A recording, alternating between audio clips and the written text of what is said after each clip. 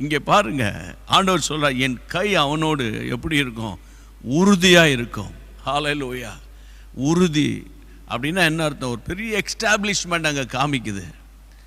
ஆமென். ஒரு ஸ்டேபிளான ஒரு வாழ்க்கையை காமிக்குது.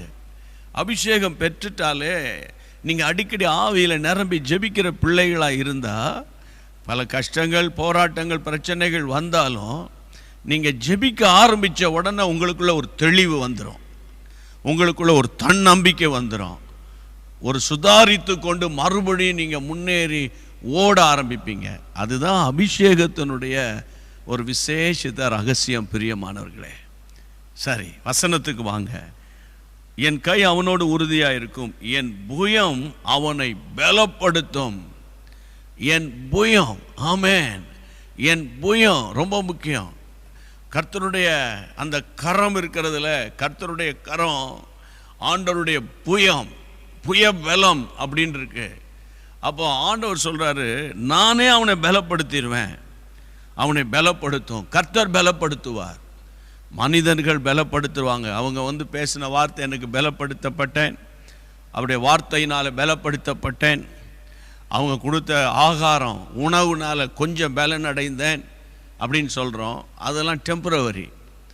தேவன் ஒருவனை பலப்படுத்துவாரானால், ஆமென், தேவன் ஒருவரை பலப்படுத்துவாரானால், கர்த்தர் கர்த்தமனை தோட்டத்தில் இந்த பாத்திரம் என்னை விட்டு நீங்க கூடுமானால் நீங்கட்டும், ஆகிலும் என்னுடைய சித்தம் இல்லை உங்கள் சித்தமே ஆக கடவுது என்று சொல்லி ஜெபம் பண்ணும்போது தேவ தூதன் ஒருவன் வந்து ஆண்டவராக இயேசுவை பலப்படுத்தினான் என்று வாசிக்கிறோமே. ஆமென்.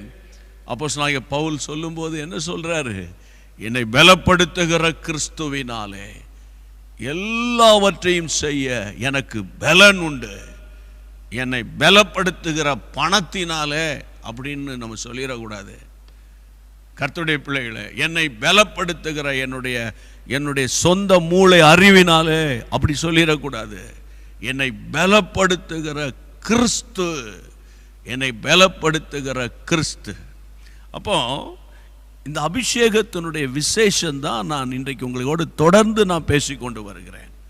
ஒன்று, ஆண்டவருடைய கரத்தை நீங்கள் பார்ப்பீங்க, அதாவது அவருடைய வல்லமை, அவருடைய பிரசன்னத்தை பார்ப்பீங்க. இரண்டாவது, அவருடைய புயம் உங்களை பலப்படுத்திக்கிட்டே இருக்கும், உங்களை பலப்படுத்திக்கிட்டே இருக்கும். ஒரு பக்கம் பிசாசு பலவீனமான காரியங்களை நமக்கு சொல்லிக்கிட்டே இருப்பான்.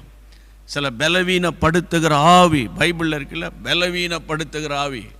சில ஆவிகள் நம்மை பலவீனப்படுத்தும், சில தகவல்கள் நம்மை பலவீனப்படுத்தும், சில பிரச்சனைகள் நம்மை பலவீனப்படுத்தும்.